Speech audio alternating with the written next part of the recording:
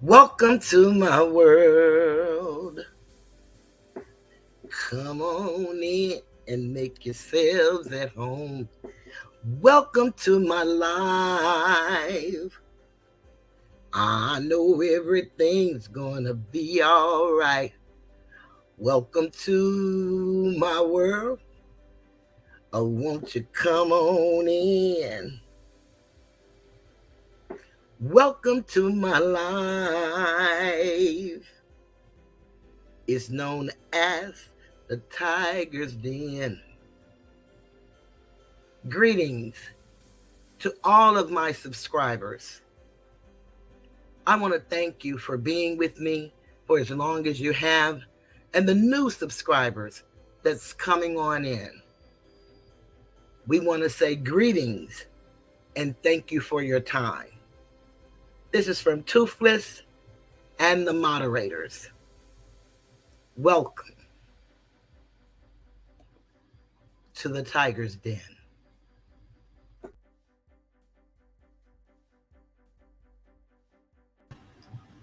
Greetings and welcome to the Tiger's Den. This is the voice of Cheryl, and I am Toothless Tiger. Okay, Regina M., you tickle me on that one. I hope everybody had a beautiful, beautiful Thanksgiving holiday weekend. Mine was kind of lackadaisical and sometimes a bit of an upset stomach, but other than that, I had a good time just lying around and enjoying family, doing what we do as a people. I am glad to be here tonight.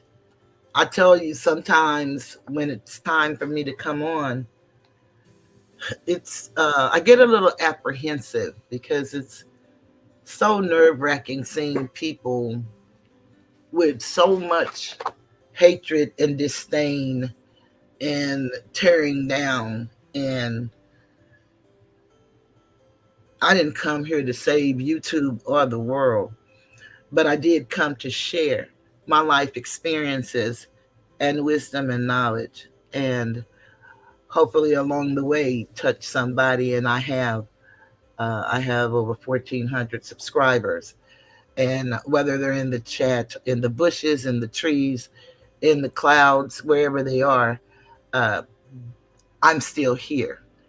So that gives me motivation to keep going. And then, sometimes I wonder, well, should I go this way or that way? Because the new algorithms of YouTube is really, I'm going to say they're utterly absurd. I don't know what they're doing. The videos that I deem most favorable for human development and encouragement and growth, they're the ones that they tend to find that are not worthy of commercials.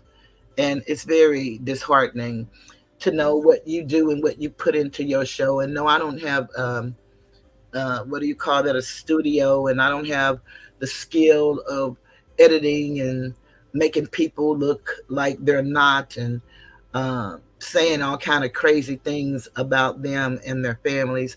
I don't subscribe to that. Me doing that, other people doing that, they do what they do, and I support who I support. And it's just disheartening sometimes to know that you're really trying to reach a people who don't want to be reached. And so you just continue on your journey. That's what I do. And sometimes uh, the journey, sometimes the journey gets to be a bit overwhelming. So I know what I'm here to do, and that's what we're going to do. And the thing that I started was in the Kybalion, and that's the principal foundations that all of our honor and integrity and beliefs are founded upon, whether we know that or not. Doesn't matter what religion you profess to be. When you start studying nature and the principles of law and life. Hi, Kelly.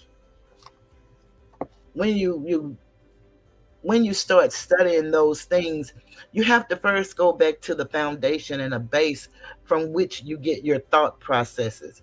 And a lot of us honestly don't know, because a lot of us just go along and we have no clue. We may come in the middle of the journey. We may even start at the beginning of the journey. A lot of us come in at the end of the journey, and we choose to be a part of whatever the journey is. Uh, when we first came here, we came here in harmony, all wanting to see us as a people be better and have greater opportunities. But we've seen so many changes and so many opportunities missed, and then we start doing as our oppressor. We start attacking each other, and then we left YouTube and started attacking families, and then we started doxing and just going in places that nobody would should want to be viewed worldwide. And although I was in the audience of many people that did those things, I was not a willing or a participant in those things. And when people try to destroy you and your reputation and your character, and then you see the herd following the people that do that, it takes a little bit from you, but then it adds to who you are, because you know who you are. And trust me, I am who I say I am. So I can stand in that if I have to stand alone. But thanks be to you guys, I don't have to do that, because you all show up for me. And I want to say thank you. And not only do you show up, you add to my knowledge by sharing your knowledge with me. And I'm truly grateful for that. We've been talking about the principles that all laws are based in, founded upon. And I'm not talking about the statutes and the acts and the articles, because that's law, but it's not law. I'm talking about the principles of nature, because God's law and nature's law is actually, if you do harm to no one and no one do harm to you, no harm has been done. Anything outside of that goes into the realm of man, and then it comes under the direction of admiralty, and it comes under the direction of maritime. And what that means is they've taken us and separated us from the land, and what we call colorable law. And if you remember, the word color in law means artificial. It is not real. And so when you understand that what we actually get is not real, no matter how fair and just they say it is, because when you look at justice, you have a scale, and the scale has a balance. And then you have a blindfold, because you're not supposed to be able to see. You're supposed to go by the weight, the balance. And that doesn't always happen for us. A lot of times the scale is tipped from one side to the other. And many a times it will not be in your favor if you don't understand the process of how things work. And a lot of us truly don't understand. We think we do. And we say a lot of things that we've been taught. We repeat a lot. But what we don't do is we don't train ourselves. We don't research. We don't read. And we won't allow people to teach us that have gone through these experiences and will share them with you freely. We don't enjoy that. So when you find a people such as this, you have to do what thus said the Lord, according to how it's written. And that's just tell them anyway. And whosoever will, let him come and let him hear. He who has eyes, let them see. Or I should say have, let them see. Or let him see. Whichever one you want to speak in, the singular or the plural version of that. But the 7 Hermetic principles we started out are the principle of mentalism, the principle of correspondence, the principle of vibration, the principle of polarity, the principle of rhythm, the principle of cause and effect, and number seven, the principle of gender. And I read each one of those to you, and now we're going to get into the depth of the principles. And I want to say, hey, Phyllis, she just joined us. Good to see you.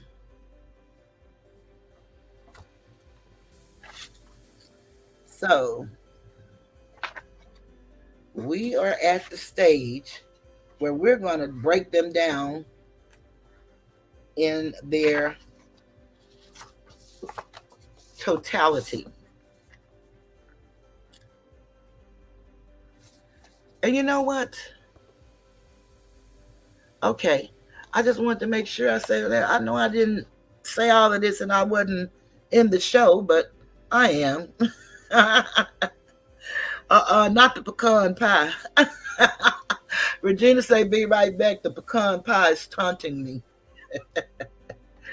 Ah, thank you, I am Jay.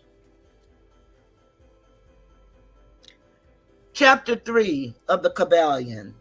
Mental transmutation. Mind, as well as metals and elements, may be transmuted from state to state, degree to degree, condition to condition, pole to pole, vibration to vibration. True Hermetic transmutation is a mental art, the Kybalion. And one of the things I suggest that you do for real, and this is what all great scholars do, is take all of those words and look them up. And if you don't own an older dictionary, you can Google it. But it is wise to get older dictionaries because you will get the words in their truest form and the truest meaning. As we have stated, the Hermetists were the original alchemists, astrologers, and psychologists. Hermes, having been the founder of these schools of thought, from astrology has grown modern astronomy, from alchemy has grown modern chemistry, from the mystic, psychology has grown the modern psychology of the schools. But it must not be supposed that the ancients were ignorant of what the modern schools suppose to be their exclusive and special property. The records engraved on the stones of ancient Egypt show conclusively that the ancients had a full comprehensive knowledge of astronomy. The very building of the pyramids, showing the connection between their design and the study of astronomical science. Nor were they ignorant of chemistry, for the fragments of the ancient writings show that they were acquainted with the chemical properties of things. In fact, the ancient theories regarding physics are being slowly verified by the latest discoveries of modern science, notably those relating to the constitution of matter. Nor must it be supposed that they were ignorant of the so-called modern discoveries in psychology. On the contrary, the Egyptians were especially skilled in the science of psychology, particularly in the branches that the modern schools ignore, but which, nevertheless, are being uncovered under the name of psychic science, which is perplexing the psychologists of today and making them reluctantly admit that there may be something in it after all. The truth is that beneath the material chemistry, astronomy, and psychology, that is, the psychology in the phase of brain action, the ancients possessed a knowledge of transcendental astronomy, called astrology, of transcendental chemistry called alchemy, of transcendental psychology called mystic psychology. They possess the inner knowledge as well as the outer knowledge, the latter alone being possessed by modern scientists. Among the many secret branches of knowledge possessed by the Hermetics was the known as mental transmutation, which forms the subject matter of this lesson. And let me just say thank you to the individual that sent in the Cash App. We don't want you to go unnoticed, and I want to thank you very much.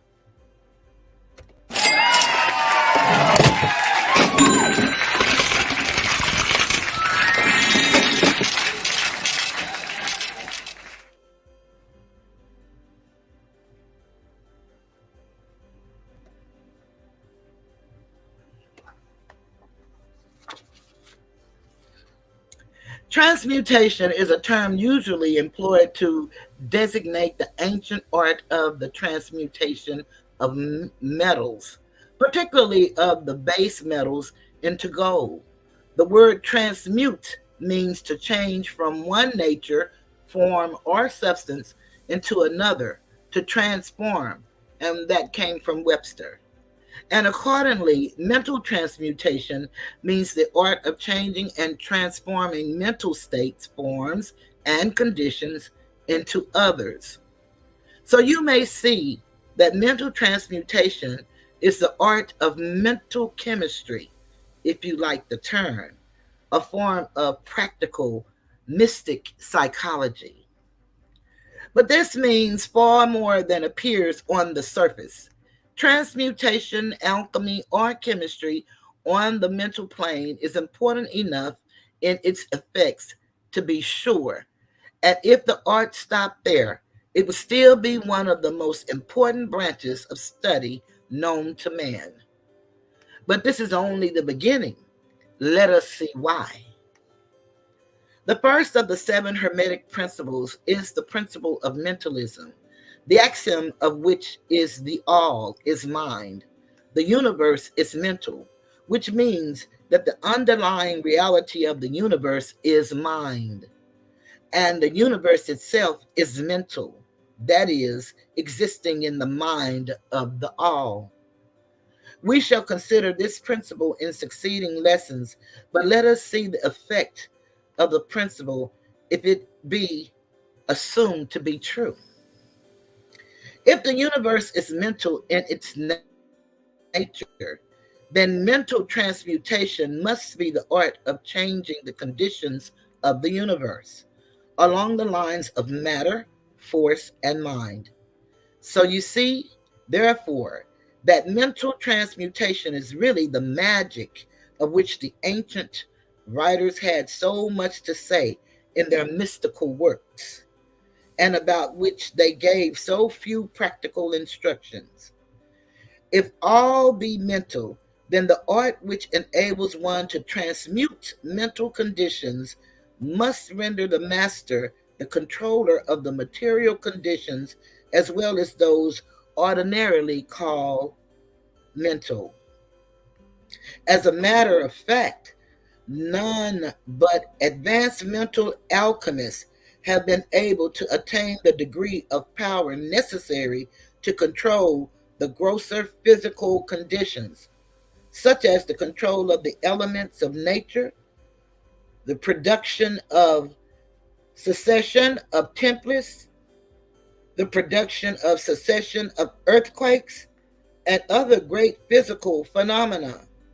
But that such men have existed and do exist today is a matter of earnest belief to all advanced occultists of all schools that the masters exist and have these powers. The best teachers assure their students, having had experiences which justify them in such belief and statements. These masters do not make public exhibitions of their powers, but seek seclusion from the crowds of men in order to better work their way along the path of attainment. We mention their existence at this point merely to call your attention to the fact that their power is entirely mental and operates along the lines of the higher mental transmutation under the Hermetic principle of mentalism. So what I gathered from what that those few paragraphs are just telling us, that there is nothing that we cannot do if we put in the work with the lifting of the mind.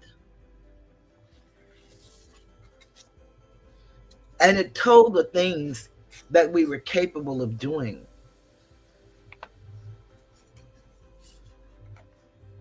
The universe is mental, the Kybalion.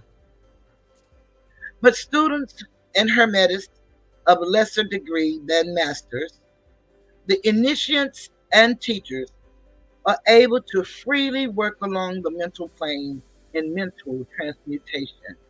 In fact, all that we call psychic phenomena, mental influence, mental science, new thought phenomena, etc., operates along the same general lines, for there is but one principle involved, no matter by what name the phenomena be called. The student and practitioner of mental transmutation works among the mental plane, transmuting mental conditions, states, etc., into others according to various formulas, more or less.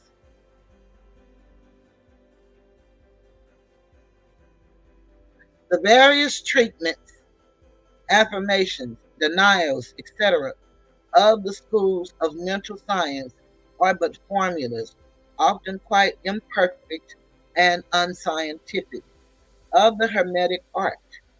The majority of modern practitioners are quite ignorant compared to the ancient masters, but they lack the fundamental knowledge upon which the work is based.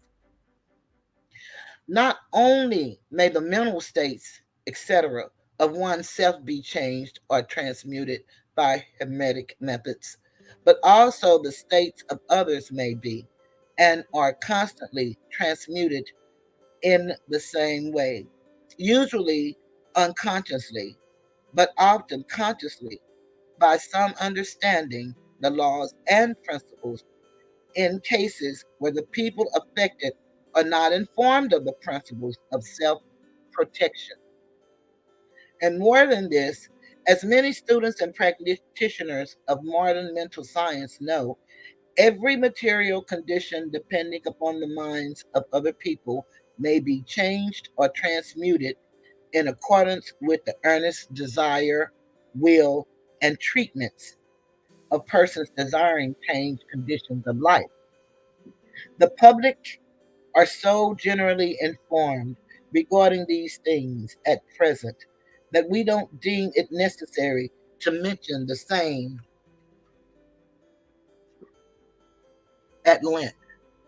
Our purpose at this point being merely to show the Hermetic principle and art underlying all of these various forms of practice, good and evil, for the force can be used in opposite directions according to the Hermetic principle of polarity. In this little book, we shall state the basic principle of mental transmutation that all who read may grasp the underlying principles and thus possess the master key that will unlock the many doors of the principle of polarity. We shall now proceed to a consideration of the first of the Hermetic seven principles, the principle of mentalism, in which is explained the truth that the all is mind. The universe is mental. In the words of the Kybalion, we ask the close attention and careful study of this great principle on the part of our students, for it is really the basic principle of the whole Hermetic philosophy and of the Hermetic art of mental transmutation. The all, under and back of, the universe of time, space, and change, is ever to be found the substantial reality, the fundamental truth, the Kybalion. Substance means that which underlies all outward manifestations, the essence, the essential reality, the thing in itself, etc. Substantial means actually existing, being the essential element, being real, etc. Reality means the state of being real, true, enduring, valid, fixed, permanent, actual, etc. Under and behind all outward appearances or manifestations, there must always be a substantial reality. This is the law. Man, considering the must of the universe of which he is a unit, sees nothing but change in matter, forces, and mental states. He sees that nothing really is, all caps, but that everything is, lowercase, becoming, all caps, and changing. Side note: can the closed caption CC be turned on for all future videos? Yes, I thought it was on, but I will do that. Nothing stands still. Everything is being born, growing, dying. The very instant a thing reaches its height, it begins to decline. The law of rhythm is in constant operation. There is no reality enduring quality, fixity, or substantiality in anything. Nothing is permanent but change. He sees all things evolving from other things and resolving into other things. Constant action and reaction, inflow and outflow, building up and tearing down, creation and destruction. Let me see something.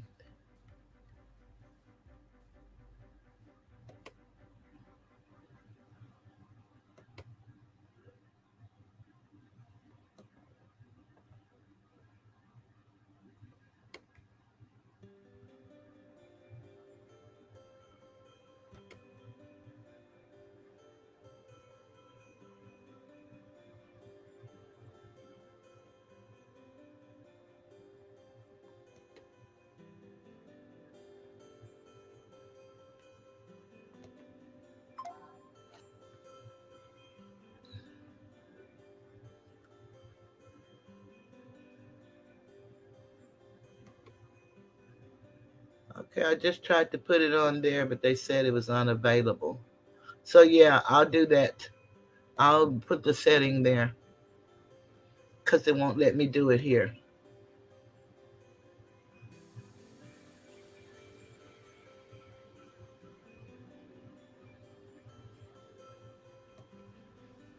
Yeah, it said it was unavailable, so I'll do it for future reference.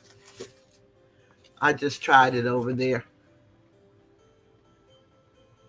Let me see if it'll do it over here.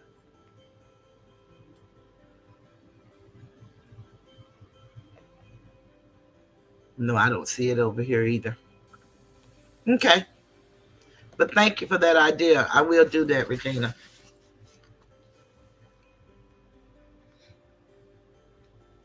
Okay, let me see.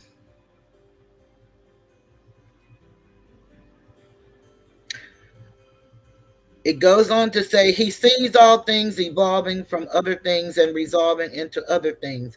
Constant action and reaction, inflow and outflow, building up and tearing down, creation and destruction, birth, growth, and death. Nothing endures but change.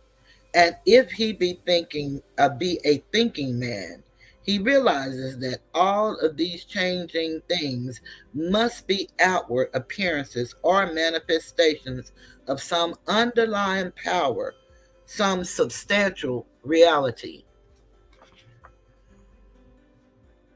All thinkers in all lands and in all times have assumed the necessity for postulating the existence of this substantial reality.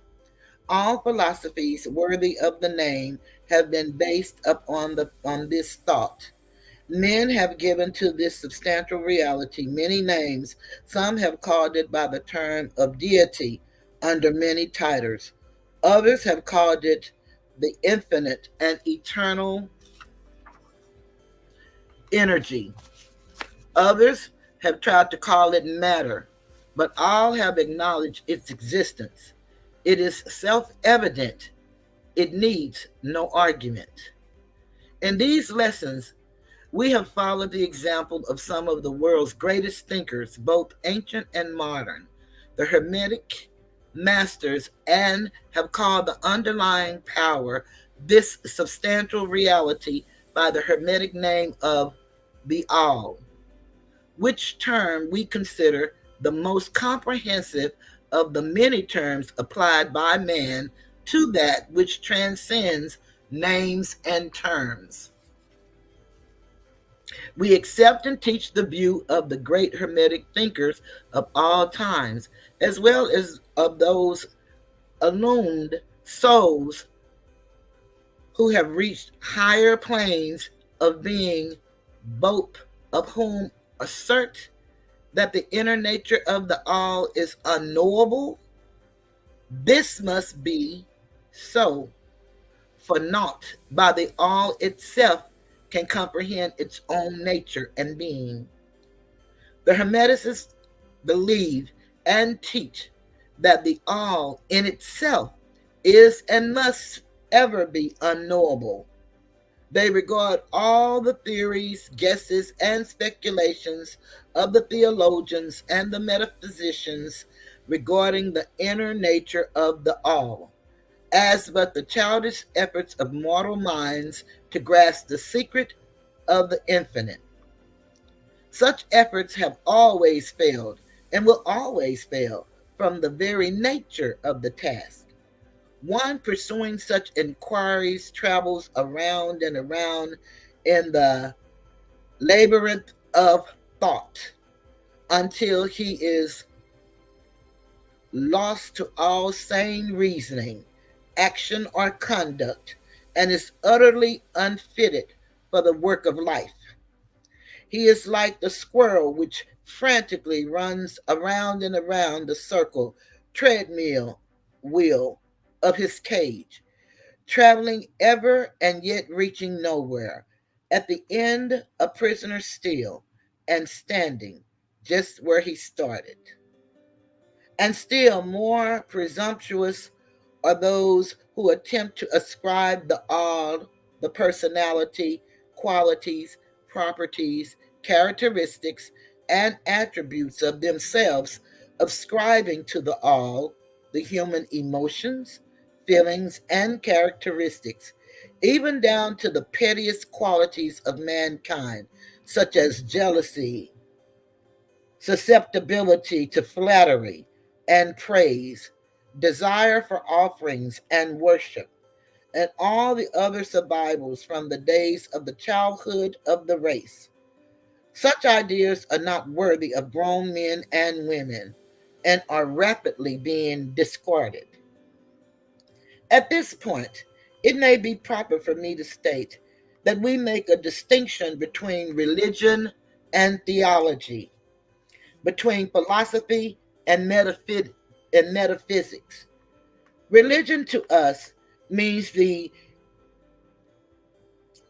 intuitional realization of the existence of the all and one's relationship to it, while theology means the attempts of men to ascribe personality, qualities, and characteristics to it. Their theories regarding its affairs, will, desires, plans, designs, and their assumptions of the office of middlemen between the all and the people. Philosophy to us means the inquiry after knowledge of things knowable and thinkable, while metaphysics means the attempt to carry the inquiry over and beyond the boundaries and into regions unknowable and unthinkable, and with the same tendency as that of theology. And consequently, both religion and philosophy mean to us things having roots in reality, while theology and metaphysics seem like broken reeds rooted in the quicksands of ignorance and affording not but the most insecure support for the mind or soul of man. We do not insist upon our students accepting these definitions. We mention them merely to show our position. At any rate, you shall hear very little about theology and metaphysics in these lessons. But while the essential nature of the all is unknowable, there are certain truths connected with its existence which the human mind finds itself compelled to accept. And an examination of these reports form a proper subject of inquiry, particularly as they agree with the reports of the illumined or higher planes. And to this inquiry, we now invite you.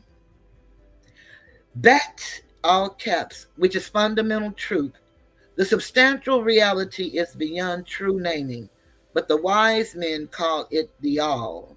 That's the Kybalion.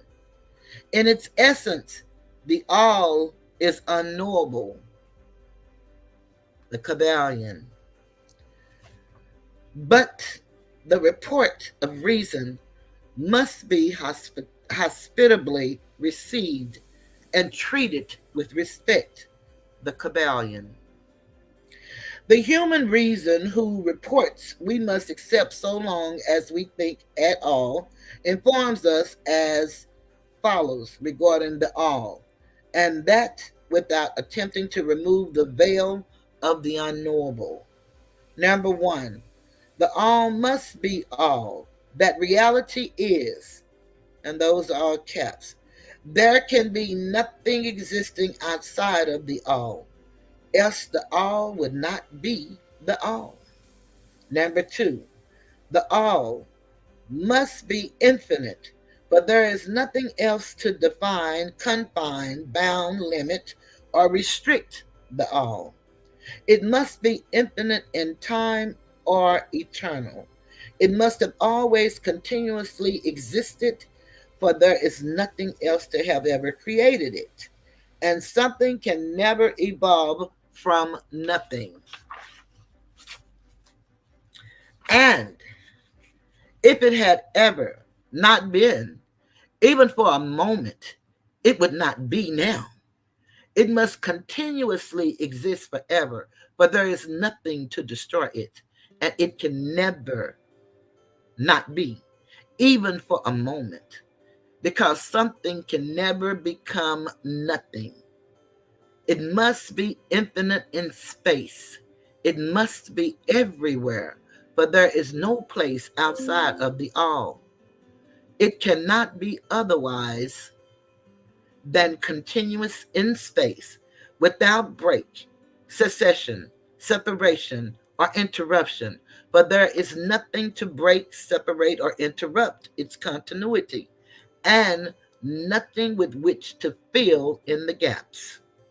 It must be infinite in power or absolute, but there is nothing to limit, restrict, restrain, confine, disturb, or condition it. It is subject to no other power, but there is no other power. Number three, the all must be immutable or not subject to change in its real nature, but there is nothing to work changes upon it, nothing into which it could change, nor from which it could have changed. It cannot be added to nor subtracted from, increased nor diminished, nor become greater or lesser in any respect whatsoever. It must have always been and must always remain just what it is now, the all. There has never been, is not now, and never will be anything else into which it can change. The all being infinite, absolute, eternal, and unchangeable, it must follow that anything finite, changeable, fleeting, and conditioned cannot be the all. And as there is nothing outside of the all, in reality, then any then any and all such finite things must be as nothing in reality. Now, do not become befogged nor frightened. We are not trying to lead you into the Christian Science field under cover of Hermetic philosophy. There is a reconciliation of this apparently contradictory state of affairs. Be patient. We will reach it in time. We see around us that which is called matter. Matter forms the physical foundation for all forms. Is the all merely matter? Not at all. Matter cannot manifest life or mind, and as life and mind are manifested in the universe, the all cannot be matter, for nothing rises higher than its own source. Nothing is ever manifested in an effort that is not in the cause. Nothing is evolved as a consequent that is not evolved as an antecedent. And then modern science informs us that there is really no such thing as matter. That what we call matter is merely interrupted energy or force. That it is energy or force at a low rate of vibration. As a recent writer has said, matter has melted into mystery. Even material science has abandoned the theory of matter and now rests on the basis of energy. Then is the all mere energy or force? Not energy or force, as the materialists use the terms, for their energy and force are blind, mechanical things devoid of life or mind. Life and mind can never evolve from blind energy or force, for the reason given a moment ago. Nothing can rise higher than its source. Nothing is evolved unless it is involved. Nothing manifests in the effect unless it is the cause. Now that's pretty deep right there too, Regina, because, and I hope that you all are getting this. Asatar said we need an IQ of over 150 to be able to understand this. It makes sense why I'm not getting it. And no, you just need to hear it again and again, or you need to pick up the book and read it for yourself. That's what you need. We're always tricked into thinking we need more than what we need. But with you, especially being one who thinks of everything in the vein of psychology, should be getting the gist of what they're saying. Because in all honesty, from what I'm getting from it thus far, and this is just my opinion, is that we all call whatever we call our deity, that's what we call and that's what we believe in. And all this is saying in a nutshell is whatever it is that you do claim and you do believe in, it was always here. It didn't just happen by happenstance. There is no explanation for it. There is no need, because whatever it is, it has the ability to give life and be a part of life. And it's all in the mind. That's what I got out of what they're saying. And then they've said this twice. And I think that this is a great statement because it's one that's equivalent to the one that you would hear a lot of the people that study the degrees of Islam would say, and that is nothing can rise higher than its source. And so, what they're saying in that is, when they say it, is that a nation cannot rise as higher than they treat their women, because the women is what? The source that gives life. So, if you don't respect the source that gives life, then you can't rise above her because she's the source. Not she's in control of you and she tell you what to do. It's just the source of life. And then Regina says it's the study of metaphysics versus philosophy and theology versus religion. It's just the 7 Hermetic principles that everything is based and founded on.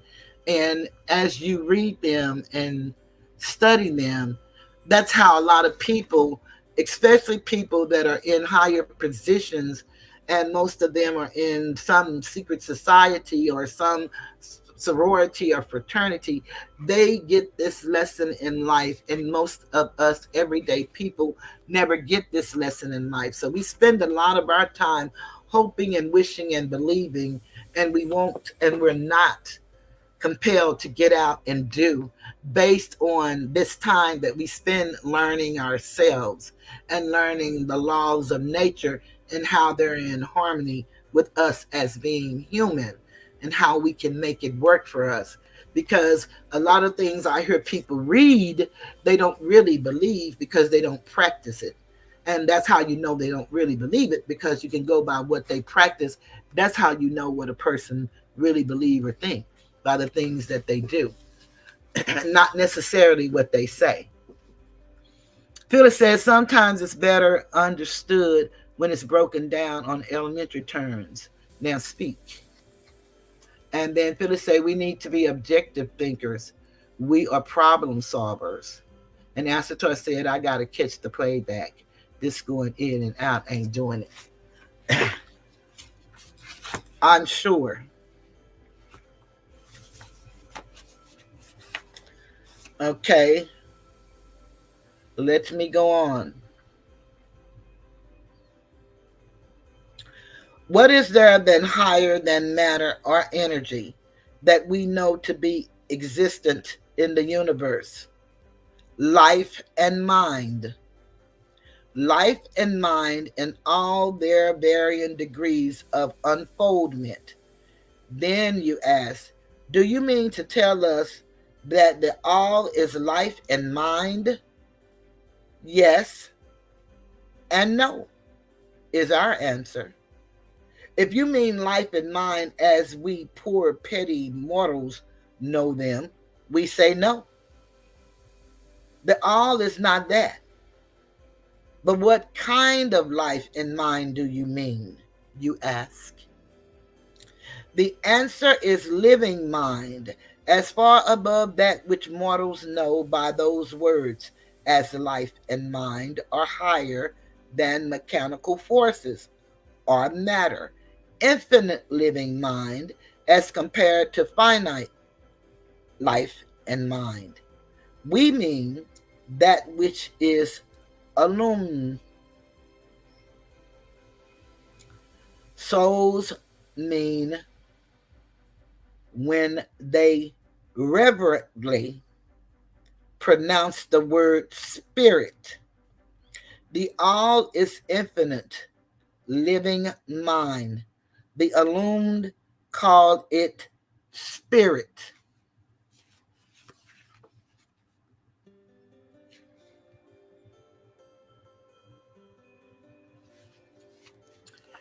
Let me see.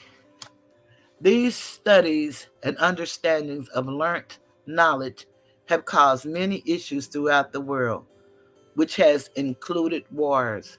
And that is so very true. And a lot of that is because the learned, as you would say, don't want the unlearned to know how to make things work in your life. We're just on the mental aspect of the seven principles. We haven't even gotten to the ebb and the flow, the planes of correspondence, the gender, and all of that is a part of what makes things uh, war worthy, as you would say. Vibration. We're strictly on the mind, and that is really one good thing because the mind belongs to who? It belongs to the individual. And you don't have to believe any of this. You don't have to buy into any of this, but you can give yourself the opportunity or permission to possibly hear. And these are the type of lessons that are teachable lessons. And so you have to listen to them as a student. And either this is something that you are willing to hear and learn more about as you do further research, or it's something that you know, hey, that's just something to say. But one thing that we know, that we see people succeed and have beautiful lives, and it has to be more to it than just what color you are, or what zip code you live in, or who makes the dollar. It has to be more to it because we know, as we're learning, that a lot of the things we know to be true are not true. And I'm not talking about anybody's walk or spiritual walk. I'm talking about life in the systems that are in place that we have no knowledge of. And Regina said exactly, Toothless is barely touching the surface of the seven principles. Yeah, and I know it probably sounds a little above our heads, but I'm an above your head type person. And I can't do all the other stuff. I can see some of it and see that it's something that I really, really, really don't want to be a part of. And a lot of you do, and I have no problem with that. Do your thing. But I really came here, like I said, to share me and my knowledge. And I've shared my knowledge to the point that I can share it to still be on YouTube, because I'm literally, getting my videos not being paid. And then I don't have a lot of people in my chats, so they're not being shown out. And that's fine, because I know numbers mean nothing. Really, they really don't. It's just something for you to measure yourself by if you're not secure in who you are. It's something to make you envious if you have an envious personality or train of thought. It's something to make you feel bad when people are saying negative and bad things about you. It doesn't matter how many numbers you have and you're treated like nothing. That means nothing to me. Doesn't matter how many cash apps and super chats you get and you're lonely and miserable and have to stay high and drunk to enjoy them. Although I would love to get cash apps and I would love to get super chats just to help in my business, because I spend more out than I get coming in. But again, it's my business and this is what I chose to do. And so I enjoy doing what I do.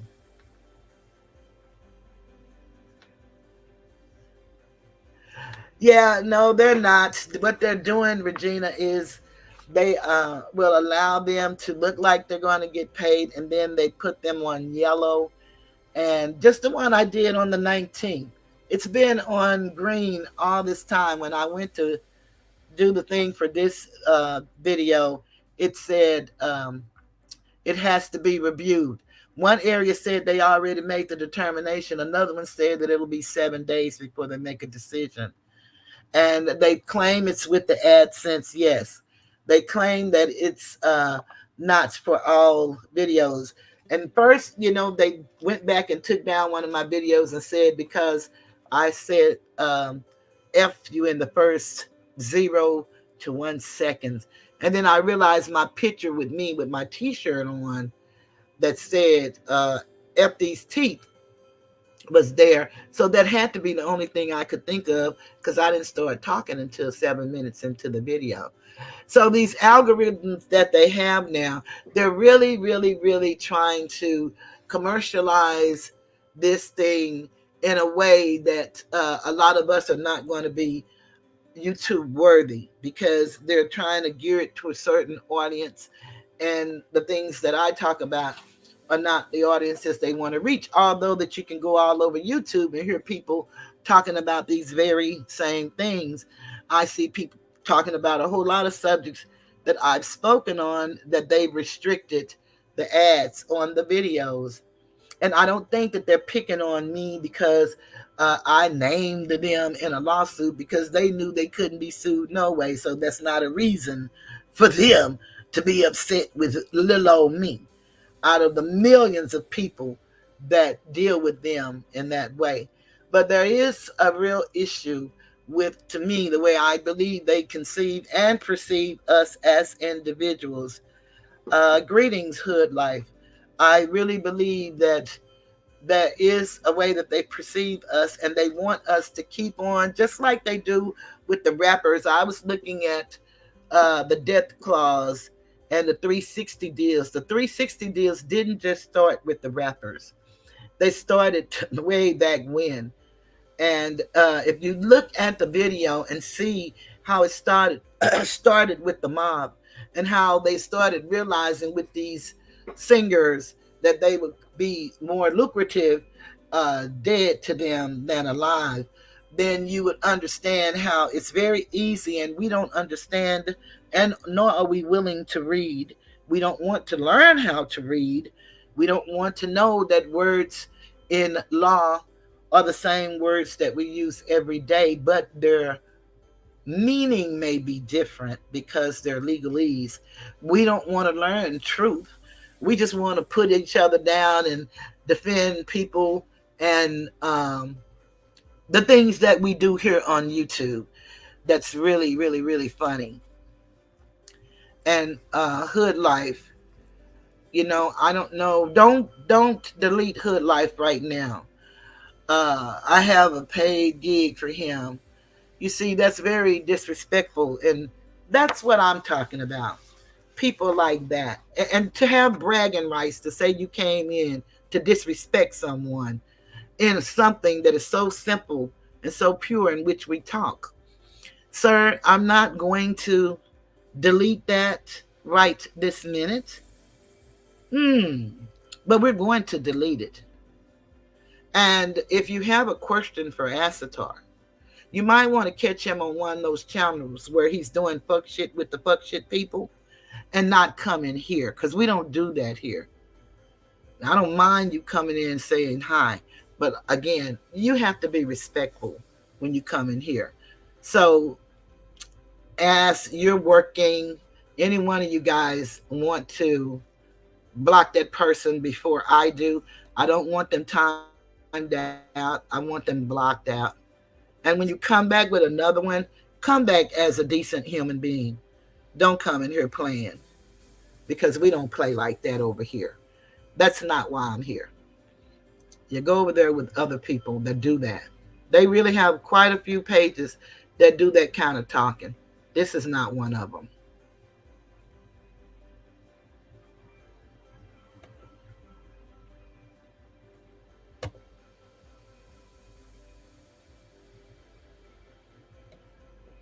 Yeah, I just ban them and delete them. Yeah, whoever they are. It's really not necessary. Not that kind of stuff. Not over here. Hey, Wilma, we missed you too. We hope you've been doing well. Have you been working on a big project?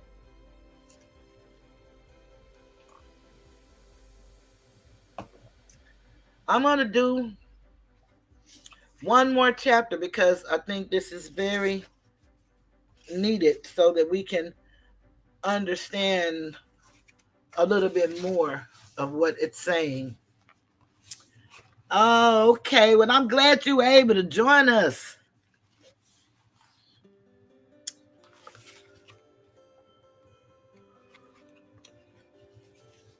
Chapter 5 is the mental universe.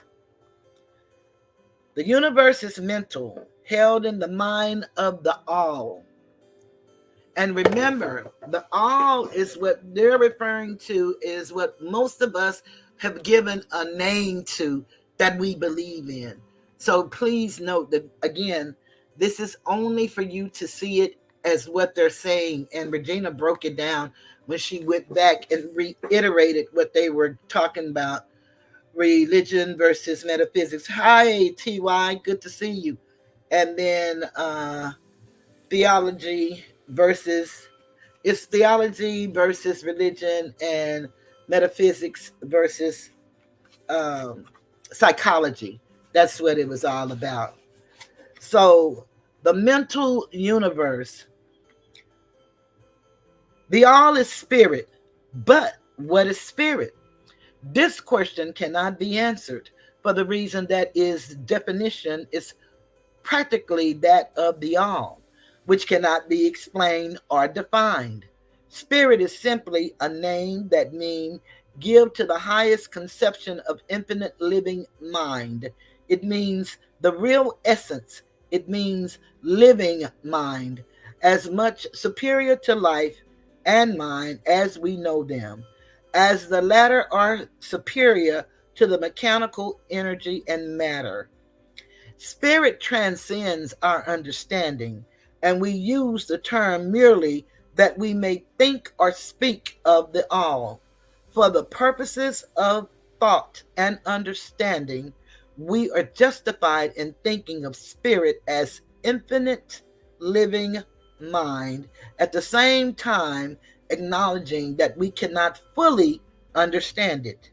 We must either do this or stop thinking of the matter at all. Let us now proceed to a consideration of the nature of the universe as a whole and in its parts. What is the universe? We have seen that there can be nothing outside of the all. Then is the universe the all? No, this cannot be, because the universe seems to be made up of many and is constantly changing, and in other ways it does not measure up to the ideas that we are compelled to accept regarding the all.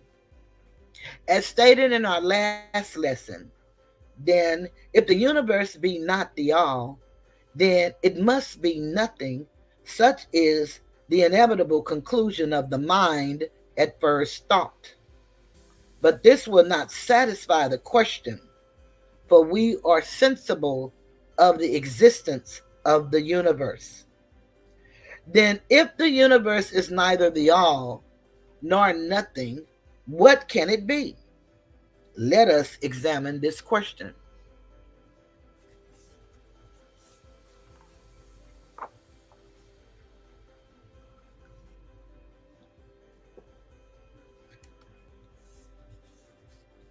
If the universe exists at all, or seems to exist, it must proceed in some way from the all. It must be a creation of the all. But as something can never come from nothing, from what could they all have created it? Some philosophers have answered this question by saying that the all created the universe from itself, that is, from the beginning and the substance of the all. But this will not do, for the all cannot be subtracted from nor divided, as we have seen. And then again, if this be so, would not each particle in the universe be aware of its being the all? The all could not lose its knowledge of itself, nor actually become an atom, or blind force, or lowly living thing. Some men, indeed, realizing that the all is indeed all, and also recognizing that they, the men, existed, have jumped to the conclusion that they and the all were identical, and they have filled the air with shouts of, "I am God," to the amusement of the multitude and the sorrow of sages. The claim of the corpuscle that "I am man" would be modest in comparison. But what indeed is the universe, if it not if it be not the all, not yet created by the all, having separated itself into fragments, what else can it be? Of what else can it be made? This is the great question. Let us examine it carefully. We find here that the principle of correspondence, see lesson 1, comes to our aid here. The all Hermetic axiom, "as above, so below," may be pressed into service at this point. Let us endeavor to get a glimpse of the workings on higher planes by examining those on our own. The principle of correspondence must apply to this as well as to other problems. Let us see. On his own plane of being, how does man create? Well, first, he may create by making something out of outside materials. But this will not do, for there are no materials outside of the all with which it may create. Well, then secondly, man procreates or reproduces his kind by the process of begetting, which is self multiplication accomplished by transferring a portion of his substance to his offspring. But this will not do, because the all cannot transfer or subtract a portion of itself, nor can it reproduce or multiply itself. In the first place, there would be a taking away, and in the second cause, a multiplication or addition to the all, both thoughts being an absurdity. Is there no third way in which man creates? Yes. Hey, Carolyn, good to see you. There is. He creates mentally, and in so doing, he uses no outside materials, nor does he reproduce himself, and yet his spirit pervades the mental creation. Following the principle of correspondence, we are justified in considering that the all creates the universe mentally, in a manner akin to the process whereby man creates mental images. And here is where the report of reason tallies precisely with the report of the illumined.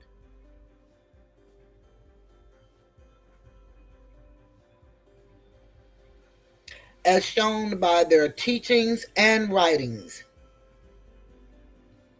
Such are the teachings of the wise men. Such was the teaching of Hermes.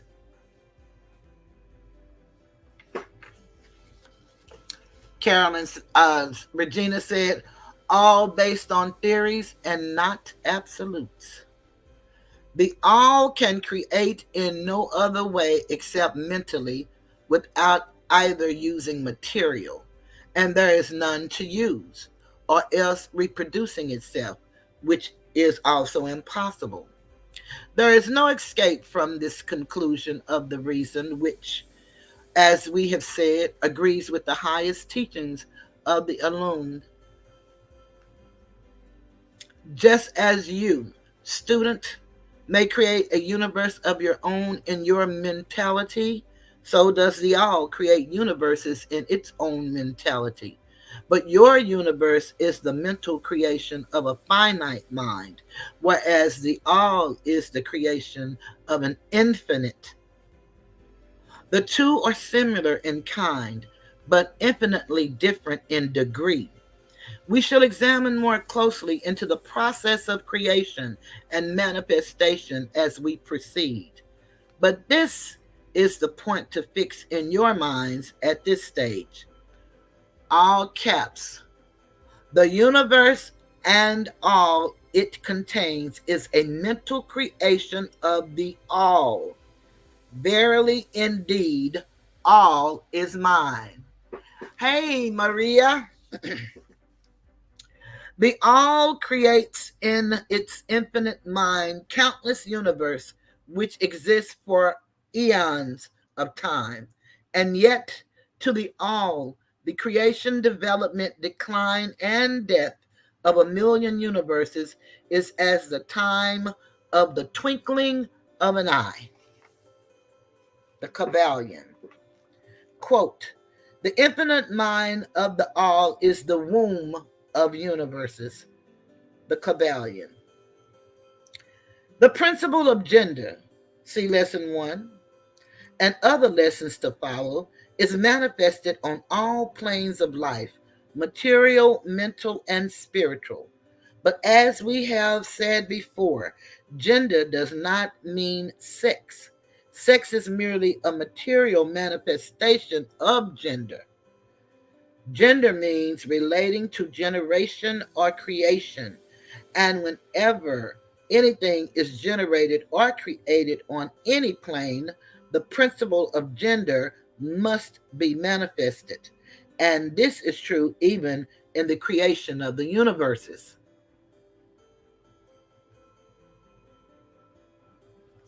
Regina said, read the last page again on the universe is a creation of the mind.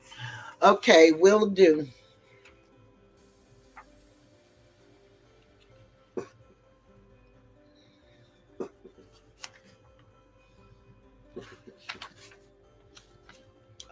I got to start at the bottom of the last page so I can get into the sentence. Well, I'll just start at the beginning of that because it's not really that long.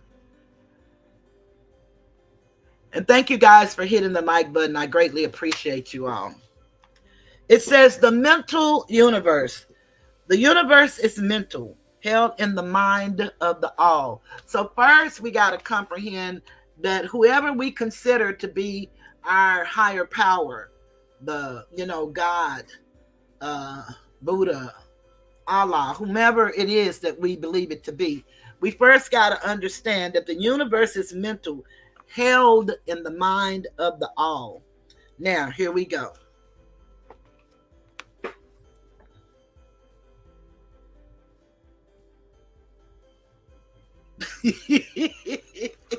We're going to marinate on that, Regina, when I get back to it. Let me go back to what you just asked me to read because I think it will help understand. Because I'm reading this out loud. Vera, didn't you try to get me to do this eons ago and I wouldn't do it? Of course, I don't have that beautiful, beautiful voice of yours. But I ended up doing it. Here I am. The mental universe.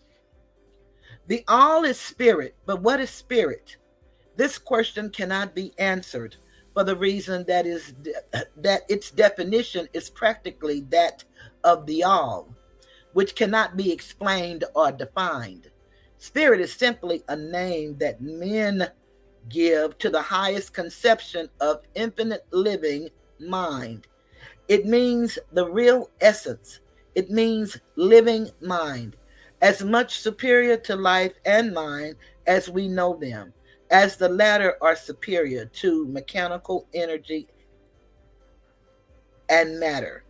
Spirit transcends our understanding, and we use the term merely that we may think or speak of the all.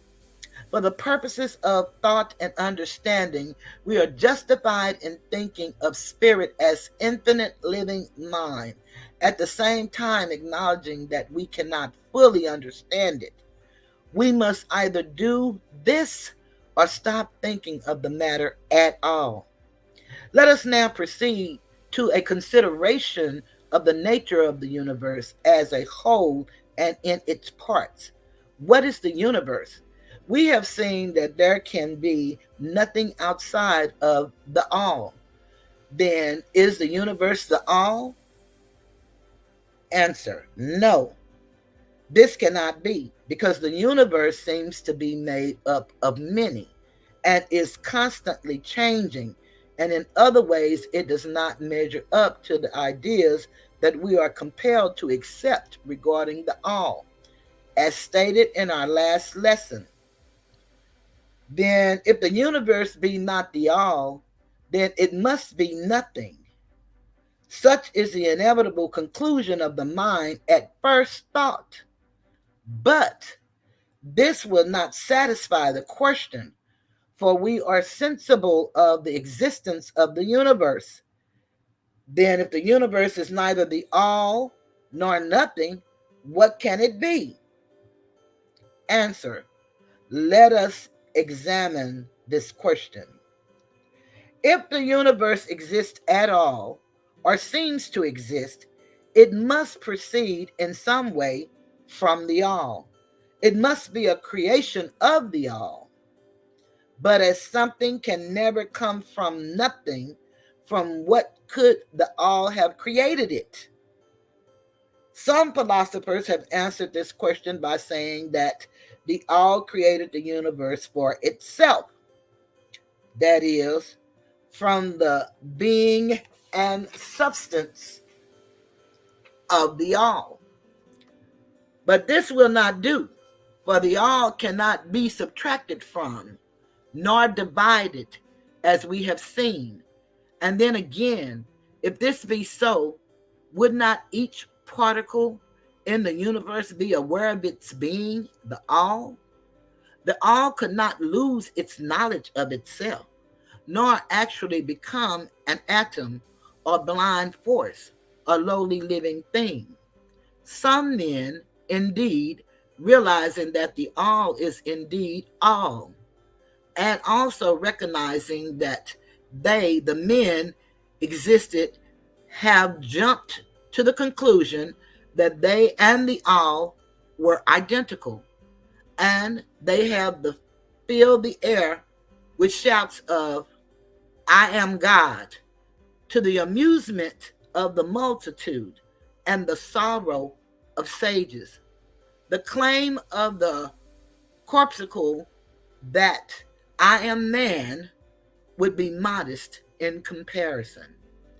But what indeed is the universe, if it be not the all, not yet created by the all, having separated itself into fragments? What else can it be? Or of what else can it be made? This is the great question. Let us examine it carefully.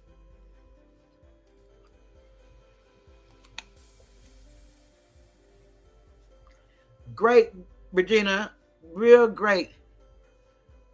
Let me get right here and then I'm going to let you break it down because I love the way you break it down. Okay, so, but what indeed is the universe, if it be not the all, not yet created by the all, having separated itself into fragments? What else can it be? Of what else can it be made? This is the great question. Let us examine it carefully. We find here that the principle of correspondence, see lesson 1, comes to our aid here. The old Hermetic axiom, as above, so below, may be pressed into service at this point. Let us endeavor to get a glimpse of the workings on higher planes by examining those on our own. The principle of correspondence must apply to this as well as to the other problems. And so on that, I'm going to stop right there and let Regina do a little breaking down. She said, hold on now. Did we lose anybody on this? Because we are now into the all. All right, Regina, tell them again now, sister. If you want to say anything a little more than that, you can. I'll wait and then I'll go on into it so that they can really hear what is being said. And again, this is going to be one of those videos. If you're interested, you're gonna go back and play this again. And like I said, when you do, sometimes it's good to get you a piece of paper and a pen and take notes. And I'm going to find this book. I believe that there is a PDF. I'm going to find this book. But sometimes, we really need to start thinking, because this world is really getting terrible. But if we learn these things that we're learning and apply them in our lives and share them with someone who's coming up and that are open to hearing, you can't convince anybody to do anything. You can't even pay them to do it. They will take your money and do something different. They will take your money and get rid of you. They will take your money and laugh with no intentions of doing what you thought you were paying them to do. This type of knowledge, one has to want it for themselves. And it's just according to who you are and where you want to go and where you want to be. That's what this is about. It's about getting into self. We all like to pride on ourselves on being, the best us that we can be. And most of us are the best us that we know to be. But there is so much more that we do not know. And just being open, I appreciate all 6 of you that are here and anyone in the bushes that are listening and taking notes. I greatly appreciate that, because it lets me know that I'm not doing this for nothing. No matter sometimes how discouraging it gets, I'm not doing this for nothing. I do this on a one-on-one basis with different individuals all the time. It is a joy and a pleasure to have at least 7 people in a room listening, because it's not my truth. It's not my work. It's what I've learned and what I'm learning more of and how to put it in application. So, Regina, I don't see that you wrote nothing else. I talked a while to give you a chance to type, because I know you have to type. And I don't see anything new coming up. So I hope I'm keeping up with my chat this time, Regina, because, girl, you had me laughing before. I was so far behind, y'all. Sorry about that. But, okay, here she is. I knew she was coming. She says, as I mentioned earlier, we are discussing theories and not absolutes. Understanding the meaning of these words are key. In that understanding, as we apply it to the universe, what can one conclude? And so one of the good things that Regina said is understanding those words. One of the things, one of the guys that I look at that he does that I truly appreciate,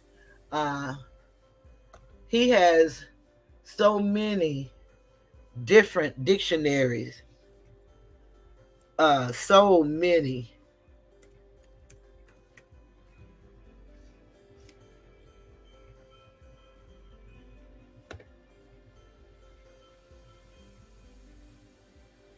And one of the things that you would learn as you start learning, one of the things you would learn is that you want to actually start looking up words. Even if you know the definition or you think you know the definition, I guarantee you it is very beneficial, because, again, you don't know the manner in which it is being used. But one of the things that he does is he shares the definitions.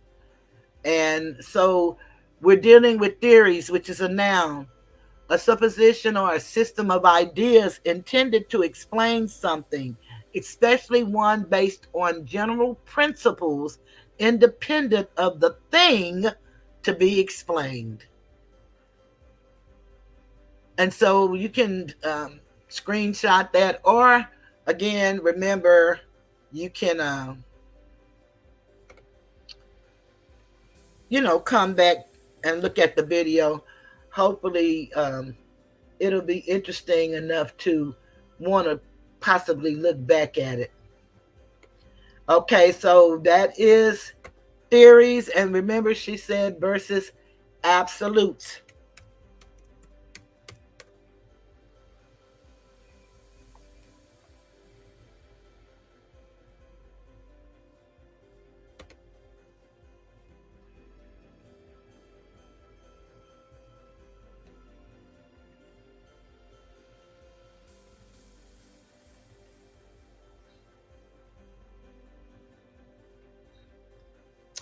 And this definition here,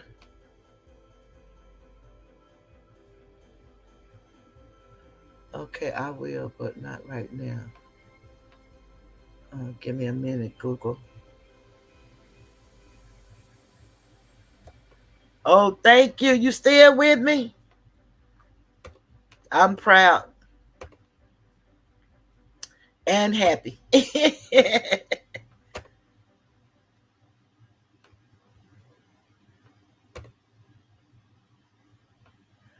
Absolute. And this is from the Oxford Dictionary. The adjective, not qualified or diminished in any way, total. Okay. And then number 2, viewed or existing independently and not in relation to other things, not relative or comparative. And then that noun is in philosophy. I didn't want to take old Google down, but I got to take them down. A value or principle which is regarded as universally valid or which may be viewed without relation to other things. And then you can even go deeper in your looking and go to the etymon online, and then you can find the origin. Even if you go stroll down here, it'll normally tell you, if you look deeper for more definitions, it'll normally tell you the etymology of a word. And you see how many meanings it have, like in law of decree. The decree of nullity was made absolute, and then it goes on. It's not really telling you, it's just telling you how it's used. And then in law, viewed or existing independently and not in relation to other things, not relative or comparative. And then it goes on to give you grammar. Normally, it'll give you the etymology of the word, and there it is right there. It'll tell you the origin of the word, and it normally gives you a timeline as to when they started, using this word. And it's Middle English, from late Middle English, and freed, unrestricted, past participle of absolve. And it's good to know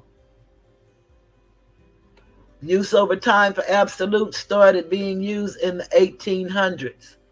So, when you learn how words are formulated and when they're being used and how they're being used, then you can really, it'll really help you on some of the arguments that you get into with people when, you say, this is absolute.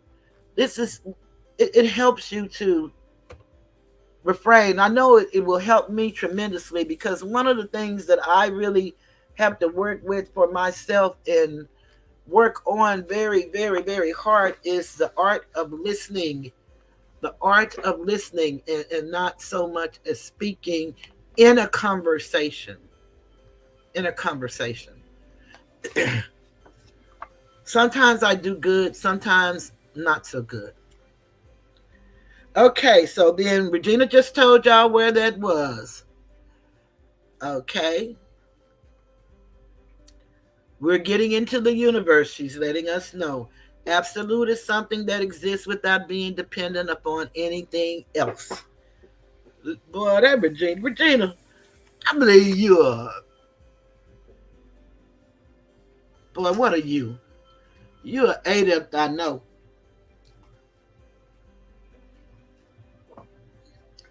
I don't know if you're a philosopher, a professor, a lawyer, a doctor, a minister. Perhaps you're all of those things, but you are a wise woman, and I thank you for remembering me from way back in the day and coming to the chat. I truly appreciate that. And I know the chat appreciate it because you're like the student in the class that's on the teacher's level. You might be a little above this teacher here, but we're in, harmony with one another. And then we, as the other students in the class, not quite understanding what's going on. And in your speaking with the teacher, it teaches the children what they need to know. I am focused. I am. I am.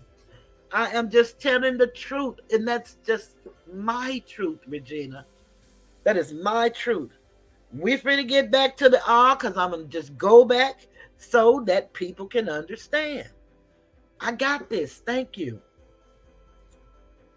Now, but what indeed is the universe, if it be not the all, not yet created by the all, having separated itself into fragments? What else can it be?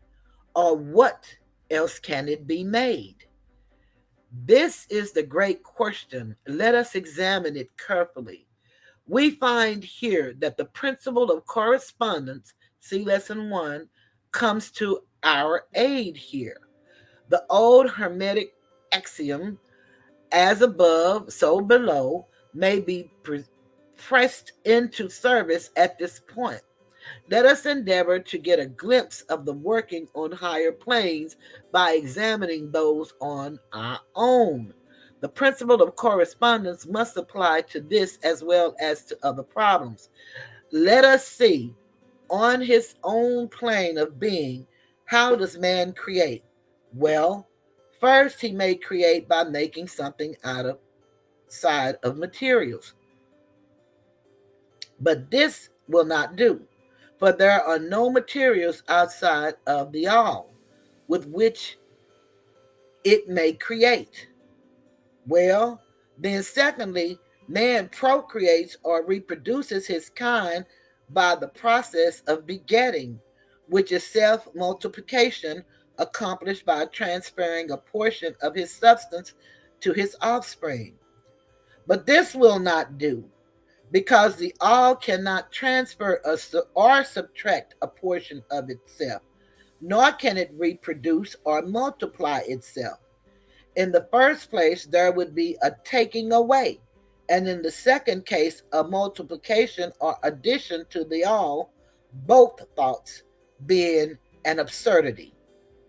Is there no third way in which man creates? The answer, yes, there is. He creates mentally, and in so doing, he uses no outside materials, nor does he reproduce himself, and yet his spirit pervades the mental creation.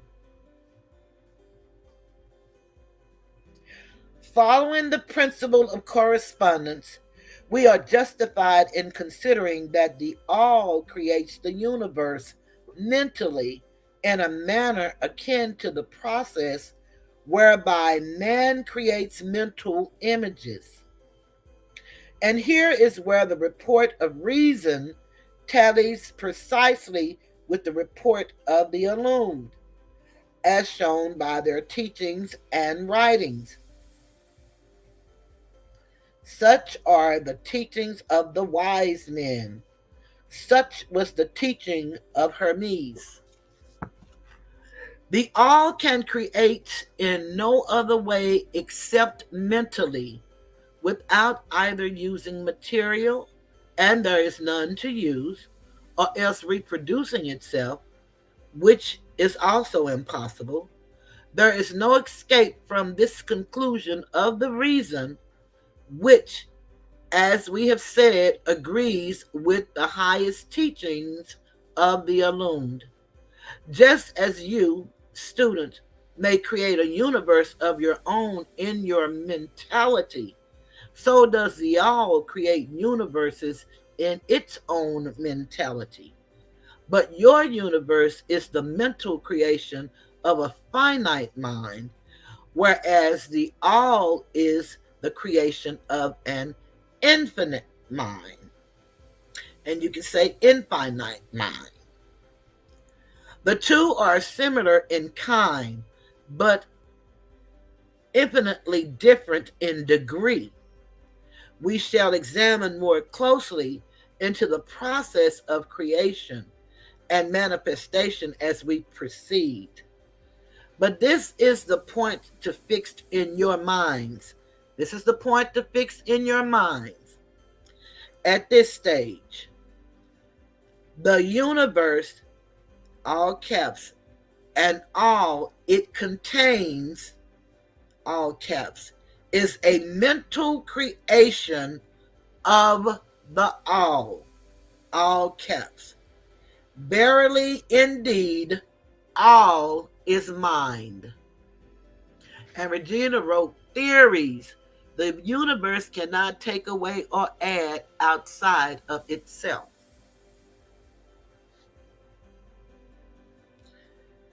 The all creates in its infinite mind countless universes, which exist for eons of time, and yet, to the all, the creation, development, decline, and depth of a million universes is as the time of the twinkling of an eye, the Kybalion.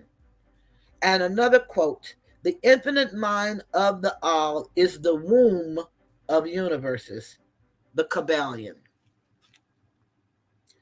The principle of gender. See lesson 1 and other lessons to follow. And that's where we were, Regina, at gender. We all create our own mental individual universe within our mind. The universe and the all is a creation of the mind. Thank you for that, Regina.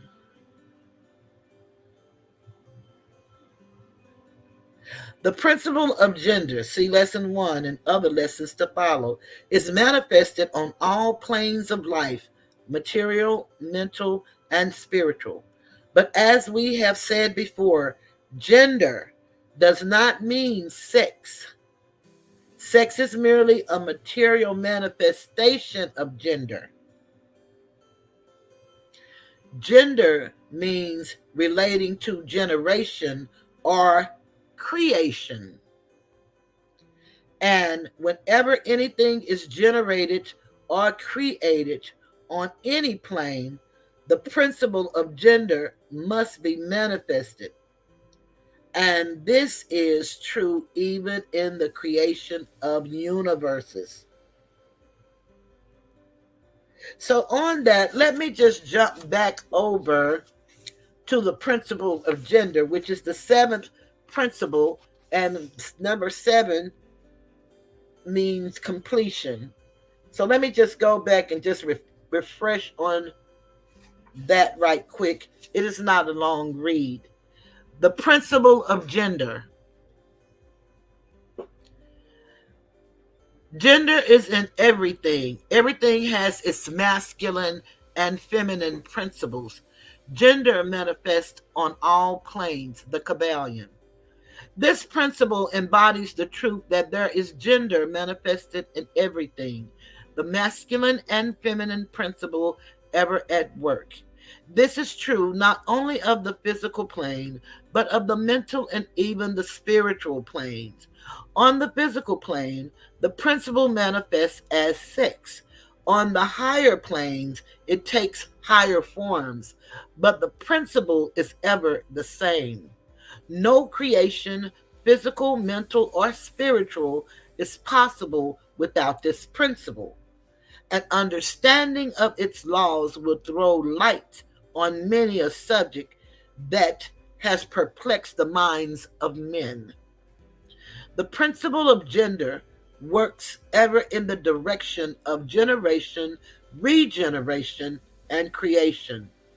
Everything and every person contains the two elements or principles, or this great principle within it, him or her. Every male thing has the female element also. Every female contains also the male principle. If you would understand the philosophy of mental and spiritual creation, generation, and regeneration, you must understand and study this Hermetic principle. It contains the solution of many mysteries of life. We caution you that this principle has no reference to the many base, pernicious, and degrading lustful theories, teachings, and practices which are taught under fanciful titles and which are a prostitution of the great natural principle of gender. Such base rivals of the ancient infamous forms of phallicism tend to ruin mind, body, and soul, and the Hermetic philosophy has ever sounded the warning note against these degraded teachings which tend toward lust, licentiousness, and perversion of nature's principles. If you seek such teachings, you must go elsewhere for them, because that ain't the kind of teaching we're teaching. Hermeticism contains nothing for you along these lines. To the pure, all things are pure. To the base, all things are base. And so we're with the pure. And as we go back, now, do not jump to the conclusion that we are teaching that there is a male and a female God or creator. That idea is merely a distortion of the ancient teachings on the subject. The true teaching is that the all in itself is above gender, as it is above every other law, including those of time and space. It is the law from which the laws proceed, and it is not subject to them. But then the all manifests on the plane of generation or creation. Then it acts according to law and principle, for it is moving on a lower plane of being. And consequently, it manifests the principle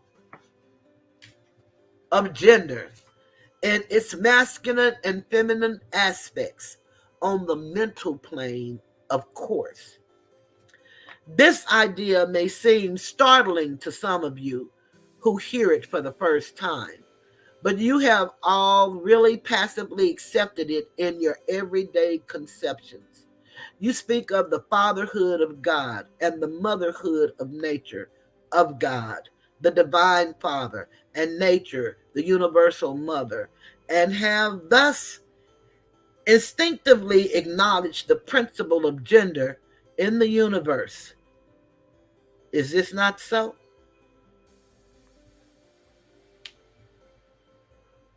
But the Hermetic teaching does not imply a real duality. The all is one. The two aspects are merely aspects of manifestation. The teaching is that the masculine principle manifested by the all stands, and in a way apart from the actual mental creation of the universe. It projects its will toward the feminine principle, which may be called nature, whereupon the later begins the actual work of the evolution of the universe. From simple centers of activity on to man, and then on and on still higher, all according to well established and firmly enforced laws of nature. If you prefer the old figures of thought, you may think of the masculine principle as God, the Father, and of the feminine principle as nature, the universal mother, from whose womb all things have been born. This is more than a mere poetic figure of speech. It is an idea of the actual process of the creation of the universe. But always remember, the all is but one, and that in its infinite mind, the universe is generated, created, and exists. And Regina wrote, the two principles of sex is XX equal female and XY equal male. And these principles must always contain the X chromosome for either. Come on down, girl. Come on down. I tell you, I really, really, really love this, and I really, really love your teaching me as well as helping others to understand what we think we understand or what we think we're going to go back and make sure that we understand. So I greatly appreciate that, Regina, on the Parilla.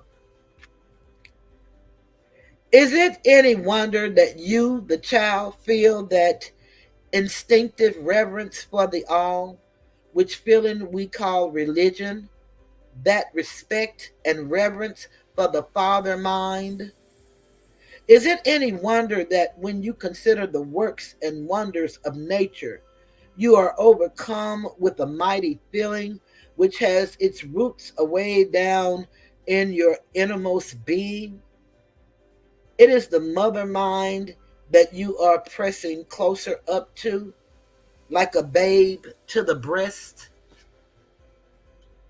Do not make the mistake of supporting that the little world you see around you, the earth, which is a mere grain of dust in the universe, is the universe itself.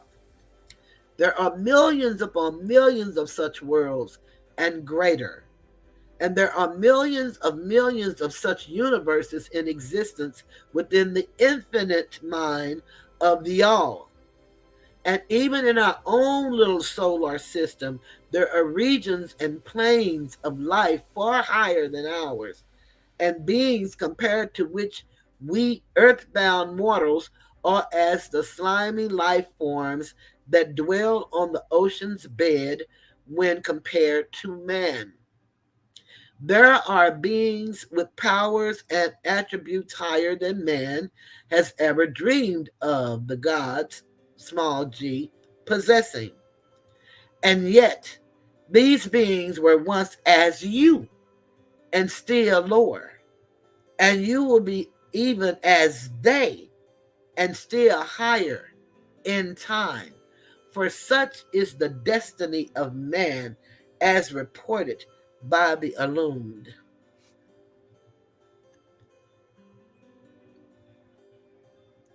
And death is not real, even in the relative sense. It is but birth to a new life, and you shall go on and on and on to higher and still higher planes of life for eons upon eons of time.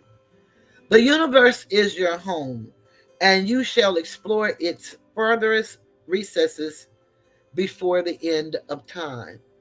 You are dwelling in the infinite mind of the all, and your possibilities and opportunities are infinite, both in time and space.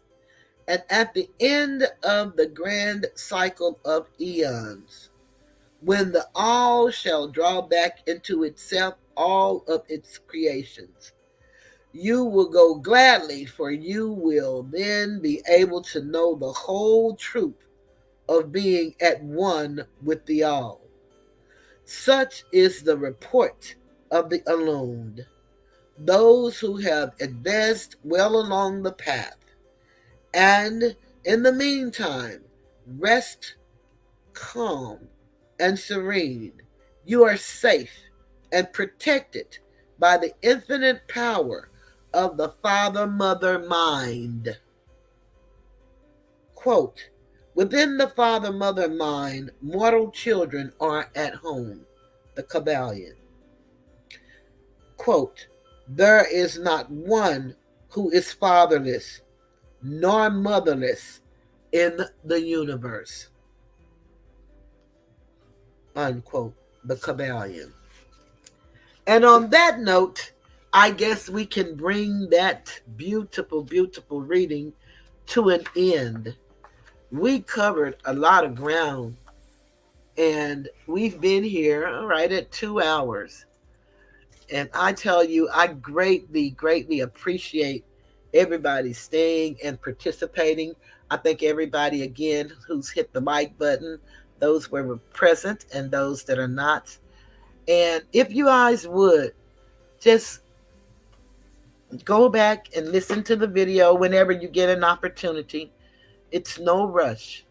But if you would go back and listen to the video and get you some pen and paper. I tell you that, one of the things they tell us for success is to write the vision down. And so one of the ways that you can start learning, if you're out of the habit of learning, is to take notes and then go back and refresh yourself on your notes. That would really help you to make this a reality. Also, I suggest please start looking up words and writing them down even. And if you don't want to write them on a physical piece of paper, most of our telephones, we have notes on our phones. They may be called something else on your phone. And then we have the ability to send messages, so you can always send a text to yourself and just start defining words. And then get the Etymon online. It's a free etymology dictionary. And I have the Henry Cavill's Black Law Dictionary, and I have another dictionary, I believe, online, that if anybody wants any copies of the dictionary that I have, then please feel free to send me an email. And I have the Toothless Tiger 7 email up there. I normally use the CY Journ 1026, so I'm probably going to change that email address. But either one of those is Toothless Tiger email addresses, so you can please send your emails there. And again, I hope you enjoyed this lesson. I appreciate you guys for coming. Again, it's a beautiful thing to see everybody to show up and to stay or come in and out. I truly appreciate that. And for everybody to hit the like button and to communicate, everybody that added to the conversation, no matter what it was, it's engagement, and that's what it's all about. I am told that YouTube is getting more commercialized and they're going more to the way of television. They're going to be competing with those people. And that could be true, that could be false, but I got it on good authority, so I believe it to be true. So a lot of things, they censor everything else. They don't want us to know the truth about anything. They tell us what they want us to know. And so I see no different here on YouTube. To me, what's amazing is how they cannot be held responsible for these people all calling each other all these crazy names and getting all their personal family information and putting it up on YouTube and uh, harassing and bullying everybody. They can't do that, but they can tell us what's commercial worthy and what's not. And I done seen all manner of stuff on television, and they get commercials and some of the big companies. So I guess it's according to what you're promoting. And for me, I'm promoting growth and self-development. If you want to be all that you can be and you believe that you've done all you know to do, but you're not getting where you think you ought to be, then I may not get you there, but I can share some experiences that I've had, and I can share some guys who sat down and some women who sat down and wrote on their experiences. And I would suggest too, if you have a certain thing in mind that you want to do, start researching that area of what it is. And then look at guys who have written books and women who have written books uh, of their successes in the area that you want to be. It all starts, remember, in the mind. That's where the all is, everything. And of course, it's according to how you believe. Don't ever compromise who you are for anybody, no matter what it is. Use sound reason. And my son always tell me discernment. You have to know that. You have to use that. And then you make your decisions. You watch people, look at how they're moving and behaving. Look at how you're moving and behaving, knowing you can do nothing about anything outside of you. So you have to be your number one cheerleader. You have to be your number one supporter. No matter if nobody wants to hear what you have to say, or if nobody wants to acknowledge the wrong that was done to you, and it's just giggle, giggle, we'll move to the next person. You have to acknowledge that for yourself. And I'm one of those people, I acknowledge it, I forgive, and I move on. But if I decide to talk about it until I die, that's what I'll do until I grow to another level. As it is above, so it is below. And everything has a cause and an effect. And one of the things we do when we're helping people grow and people have not gotten to the stage where we are, and we haven't certainly gotten to the stage of the one that we're looking at trying to be like, but we kind of come across as if we have. But we all have feelings, and we have to acknowledge each other's feelings and respect them, whether we feel them or not, because we never will. We'll never feel their feelings, but we can acknowledge them. And again, I'm learning to be a better listener in a conversation. It's hard because I've done it for so long, but I'm learning that's all a part of that self-discipline and the respect for another. It means a lot. And so I have to reprogram this mind to do better. I want to thank one of my faithful ones who've been with me for a while for the donation today. It really, really, really made me feel good and felt like that this was all worth it. And you guys showing up really helps. But again, I got to get the message that I was sent here to do out. I can't give nobody else's message. Sometimes I see things and I want to speak on them, but they have no place in where I'm trying to go. They have no place. And Regina wrote, this is why a person's mind is infinite in possibilities. It is such a great sadness when some take it for granted and or have no idea due to the different reasons. Regina said, I was just about to type that. As I have said many times at Toothless Tiger, your son is very wise. Always practice, and if you believe in a higher power, pray for discernment. That is so true.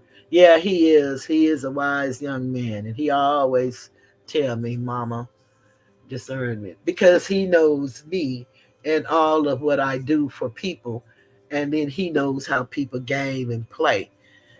And then, he said, you just have to really discernment, Mama. You just gotta. And I told him, well, damn, maybe I don't know what discernment means. I thought I knew what it means. Tell me what you mean by what it means. And of course, it was what I thought it meant. And but I guess I just don't really practice it, even though I know it to be true. I give a lot of benefits of the doubt and a lot of opportunities, some that may be costly. And costly it has been for me here. But I don't see it as being anything that I wouldn't do being me, that I know me to be. And I have enjoyed not the pain, but I've enjoyed the learning experience because I had no clue of how this game was actually played. But I know that I look at people and they have all of these numbers and stuff. And so we all had a beginning, and I don't know what it took for them to get there. And then I look at their subject matters. And then some of them speak on some of the things I speak on, but I speak on so many different things. It's not like I fit in a box, nor do I want to. So, however, this thing turned out, for as long as I choose to do it, I'm going to do it and enjoy doing what I do. But sometimes it gets to be a bit overwhelming, and it just makes me want to say, forget it. But then I tune in, and then I get a donation, and then I get Regina, one of the first ones in here. And, that y'all may not know, but that really means a lot. And so Alicia came and stayed and, for as long as she could, because I know how her schedule is. And Asatar in and out, as he always was, in and out. But in and out. Carolyn showed up, and Wilma was able to come. Boy, that means a lot. And I am Jay, you don't know the smile not only on my face, but in my heart. And so I guess before I leave, I don't even have on my t-shirt.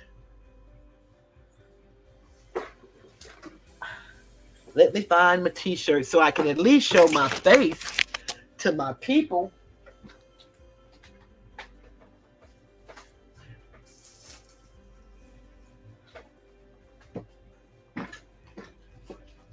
Let me at least. Well, that's good, Asator, because probably by tomorrow it won't be a one. Because they did that to my other one, and I don't know how they did that. It was on there for a long time, and then it just went away. So I just said, oh, well, ain't nothing I can do about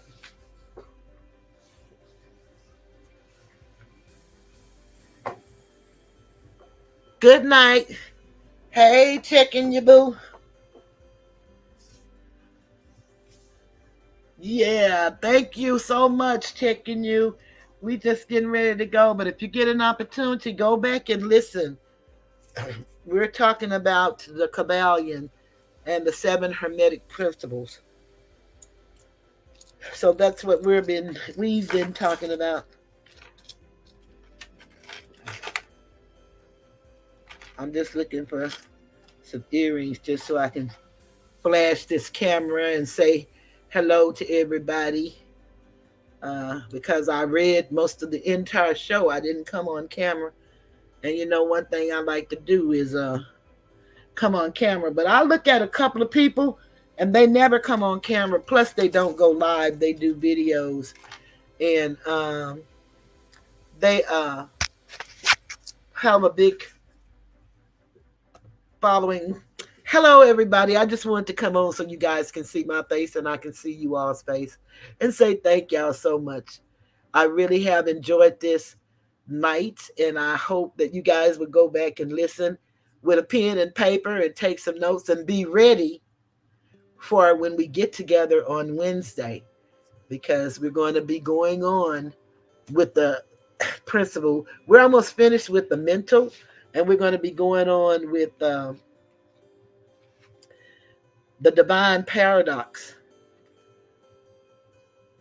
And then we're still going to be talking about the all, but we're going to be entering into the planes of correspondence. And so I'll just remember to read the 7 principles in case you guys want to look them up or want to know more about what we're talking about. I'll end with mentioning the principles. Again, checking you, boo. I'm so glad you made it by.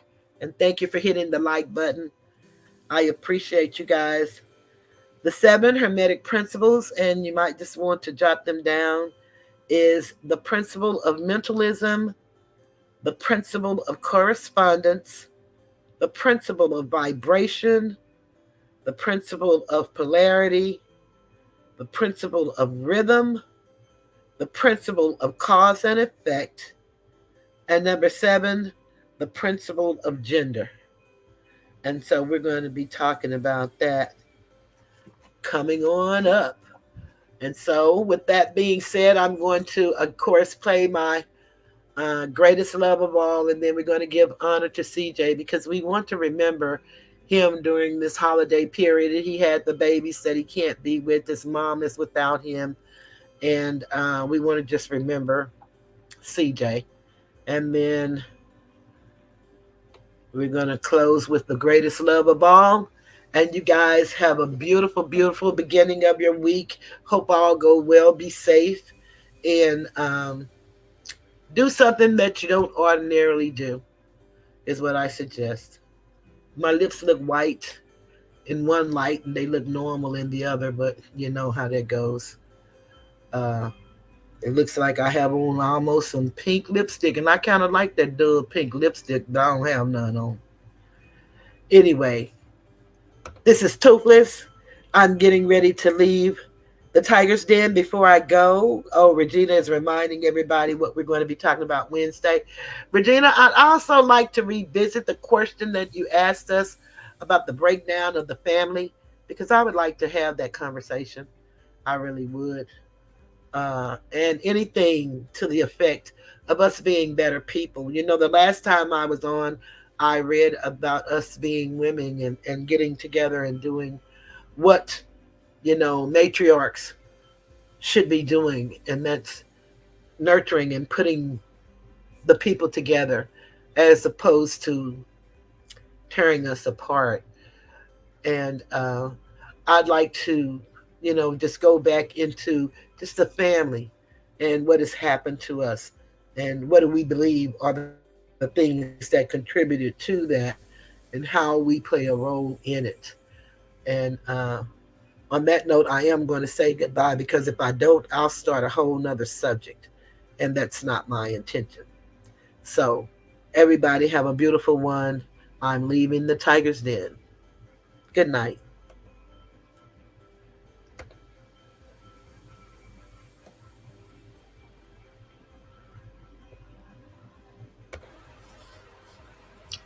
Justice for CJ, a son, brother, father, uncle. Up drove the hearse Cadillac.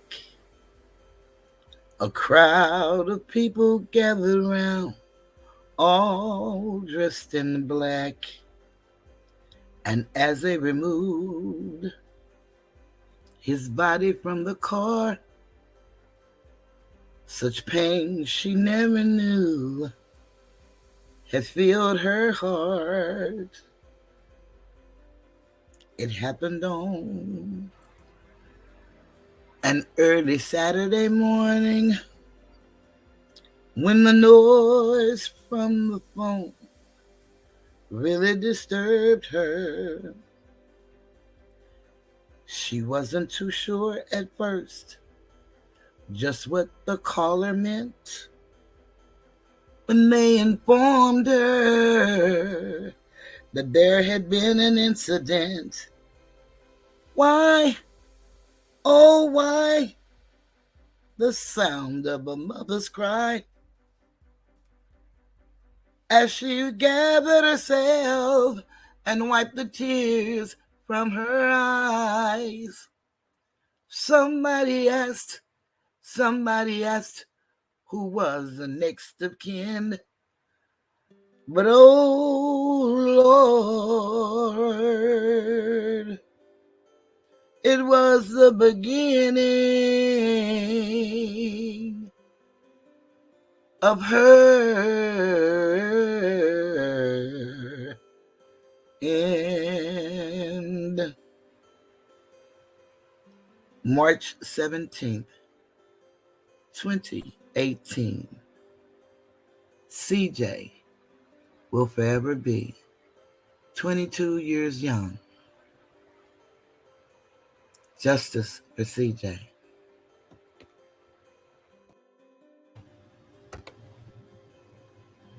I believe the children are our future. Teach them well and let them lead the way. Show them all the beauty they possess inside. Give them a sense of pride to make it easier.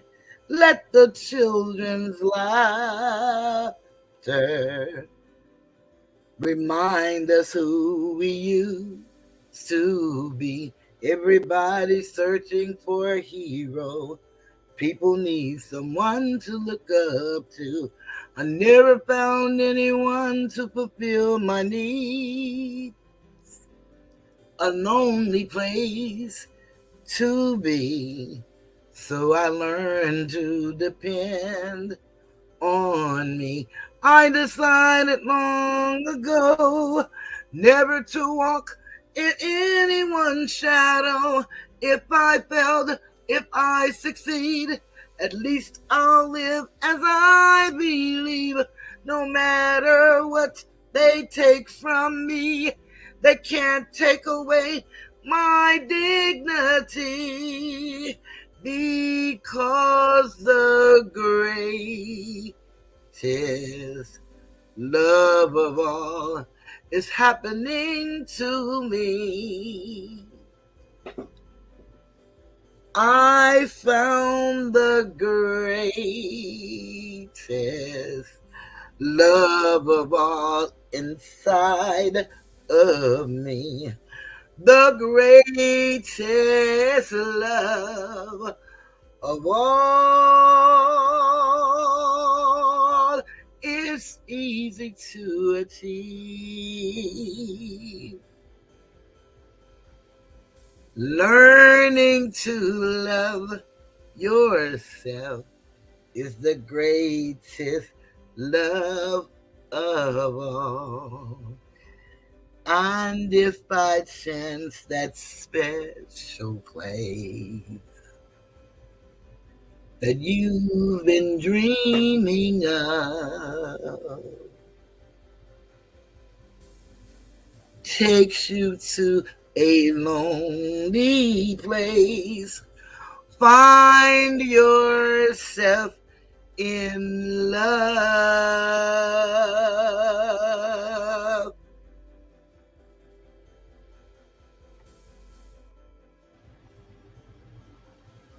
I want to acknowledge that last Cash App that I received. Thank you so very much.